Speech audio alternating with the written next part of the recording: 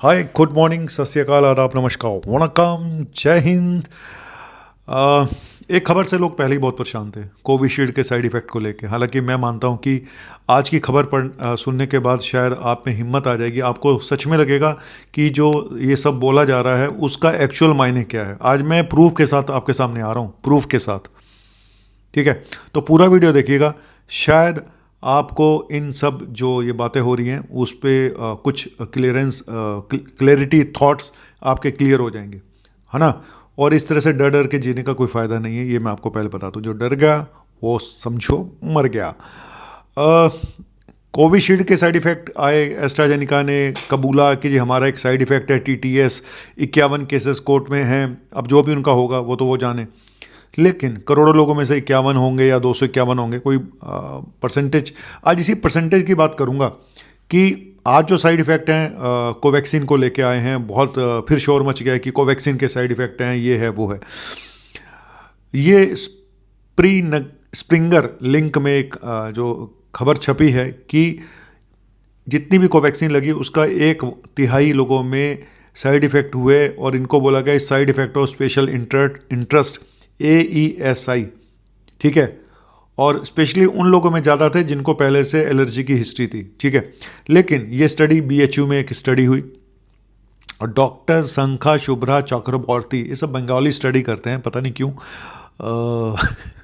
तो इन्होंने स्टडी करी है, और 1024 लोगों में शायद ये स्टडी हुई, और उनके कुछ साइड इफ़ेक्ट में की तो बताऊंगा ही बताऊंगा कि जो जो साइड इफ़ेक्ट पाए गए, लेकिन उनकी परसेंटेज आपको जरूर बताऊंगा। फिर बताऊंगा कि ये जो परसेंटेज है ये विदाउट वैक्सीन एक्चुअल परसेंटेज कितनी पहले कितनी थी इंडिया में। जैसे कि जो जो साइड इफ़ेक्ट हुए, तो जैसे एक साइड इफ़ेक्ट बताया गया इसमें थायराइड हाइपोथायराइडिज्म हुआ, तो उसकी परसेंटेज वैसे कितनी है इंडिया में। ये तो वैक्सीन के साइड इफ़ेक्ट बता रहे ना, वैसे कितने परसेंट में होता है, तो वो भी कंपेयर आप खुद कर लेना। एक बीमारी GB सिंड्रोम जो एक सीरियस बीमारी है, नर्वस सिस्टम से रिलेटेड, जहाँ पूरी बॉडी का पैरालिसिस हो जाता है, उसकी परसेंटेज वैक्सीन के बाद कितनी थी, और विदाउट वैक्सीन पहले से कितनी आपको परसेंटेज है बिना वैक्सीन के। तो वो सारे आंकड़े आप खुद तय करिएगा कि ये जो शोर मचाया जा रहा है कितना लाजिब है, वाजिब है ना।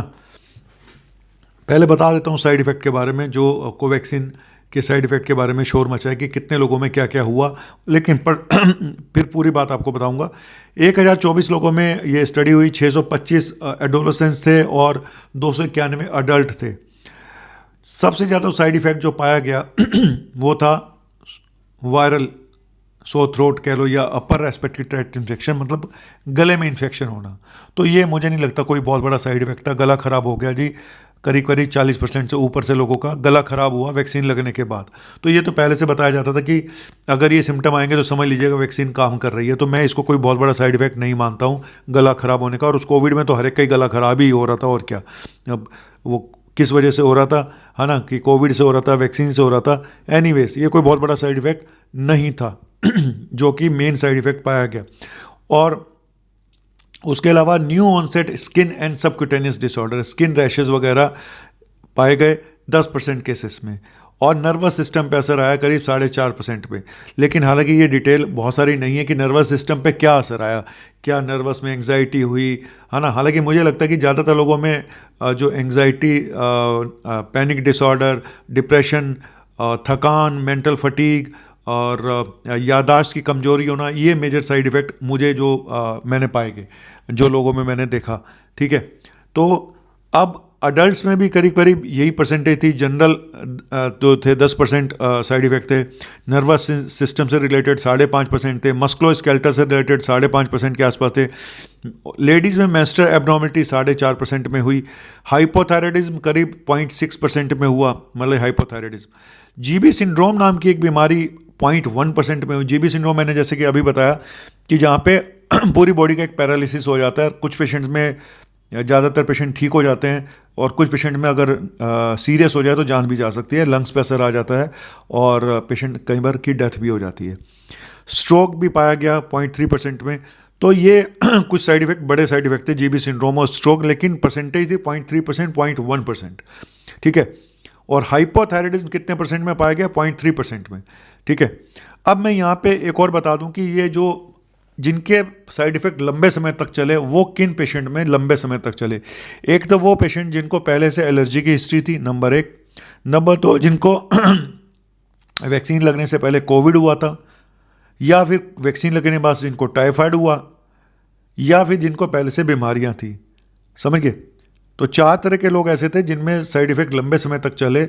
एक तो वो जिनको पहले से एलर्जी की हिस्ट्री थी, दूसरा वो जिनको वैक्सीन लगने से पहले ही कोविड हो गया, तीसरे वो जिनको वैक्सीन लगने के बाद टाइफाइड हुआ, चौथे वो जिनको साथ में एसोसिएटेड बीमारियां थी जैसे शुगर, थायराइड और शुगर, बीपी, कोलेस्ट्रॉल। तो कोलेस्ट्रॉल तो मैं इतना नहीं बोलूँगा, हार्ट की प्रॉब्लम, लंग्स की प्रॉब्लम या किडनी की प्रॉब्लम, एसोसिएटेड कैंसर, कीमोथेरेपी चल रही थी, तो उन लोगों में साइड इफ़ेक्ट ज़्यादा देखे गए। हालांकि इस पर मैं आगे जो आने वाला हूँ, मेन चीज़ मैं आगे बताने वाला हूँ, उसको जरूर सुनिएगा। लेकिन ये जो साथ में ये भी बता दूं कि भारत बायोटेक ने बोला जी हमने तो 27,000 लोगों में सबसे हमारा कंसर्न ही सबसे पहले सेफ्टी था, हमने 27,000 लोगों में ये करा था और हमारा कोई मेजर साइड इफेक्ट कुछ भी नहीं है। तो भारत बायोटेक ने तो पहले ही क्लियर कर दिया। लेकिन अब मैं आता हूँ, कुछ आपको 2 एग्जाम्पल देके बताता हूँ कि वैक्सीन में तो पाया गया थायराइड 0.3% में, लेकिन वैसे कितना कॉमन है इंडिया में जो प्रीवलेंस रेट है वो है 11%। 11% लोगों में थायराइड है, हाइपोथायराइडिज्म 11%, बहुत बड़ी एक वो है वैल्यू 11% में। तो वैक्सीन के बाद आप बता रहे हो इतने में हुआ, तो वो अगर वैक्सीन ना लगती तो भी ये जो 1,000 लोग थे तो उतने लोगों में तो होना ही था, क्योंकि ऑलरेडी 11% में है। तो इससे अगर आप कंपेयर करें विदाउट वैक्सीन 11% और वैक्सीन के साइड इफेक्ट में अगर आ रहा है कि 0.3% में हुआ, तो इसमें क्या है? मुझे तो नहीं लगता कोई ये सिग्निफिकेंस है। इसी तरह से जीबी सिंड्रोम पे आते हैं। जीबी सिंड्रोम हुआ 0.1% में, और वैसे जीबी सिंड्रोम है 1.9, 1 लाख में करीब 2 पेशेंट में, 1 लाख लोगों में से 2 पेशेंट में, तो वो कितना हो गया आप लगा लीजिए परसेंटेज।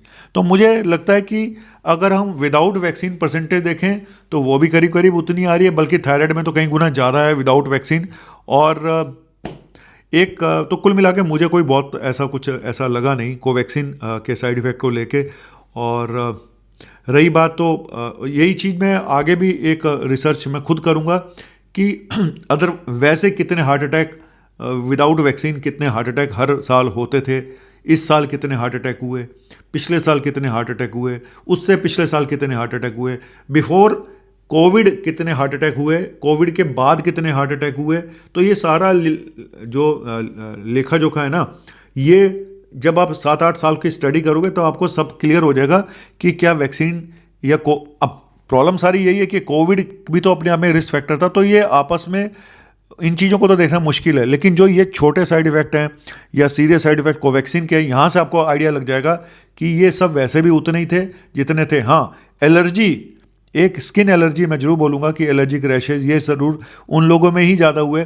अगर आप कोई भी ड्रग लेते हैं तो उससे भी इतनी ही एलर्जी होती हैं जितनी कि वैक्सीन से। तो मुझे कोई बहुत सिग्निफिकेंस ऐसा लग नहीं रहा है, और ना मुझे कोवैक्सीन ने कोई पैसे दिए। भाई पैसे ही दे दे कोवैक्सीन, तुम्हारा इतना मैं फेवर में बोल रहा हूँ। लोग ये कि बोलते हैं कि आप फेवर में बोलते हो, सर मैं सच बोलता हूँ, है ना। अब वो फेवर में है या नहीं है वो भाड़ में जाए, मुझे किसी की चिंता नहीं है, ना मैं किसी का, ना मुझे कोई खाने को देता है, ना मुझे कोई पहनने को देता है। मेरा खर्चा मेरे पेशेंट से और मेरी अपनी प्रैक्टिस से चल जाता है। तो मुझे इन सब चीज़ों के फेवर में पड़ने से ना मुझे कोई फार्मा कंपनियां पैसा दे रही हैं, तो मुझे अगर कोई दे रही होंगी तो मैं आपको ज़रूर बताऊंगा। तो फिर तो मैं खुल के ही मैं काम ही छोड़ दूंगा, यही काम करूंगा बस बैठ के।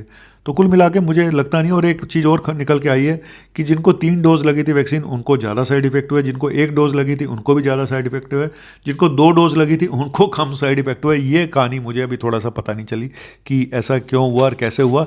कुल मिला के ये जो भी स्टडी थी, जो भी साइड इफेक्ट निकल के आए हैं, मुझे कुछ ऐसा खास लग नहीं रहा है। तो इसीलिए चिंता छोड़ो और सुख से जियो, ठीक है। तो ज़्यादा टेंशन मत लेने का। Thank you very much. आपका अपना डॉक्टर नवनीत काला। बाय।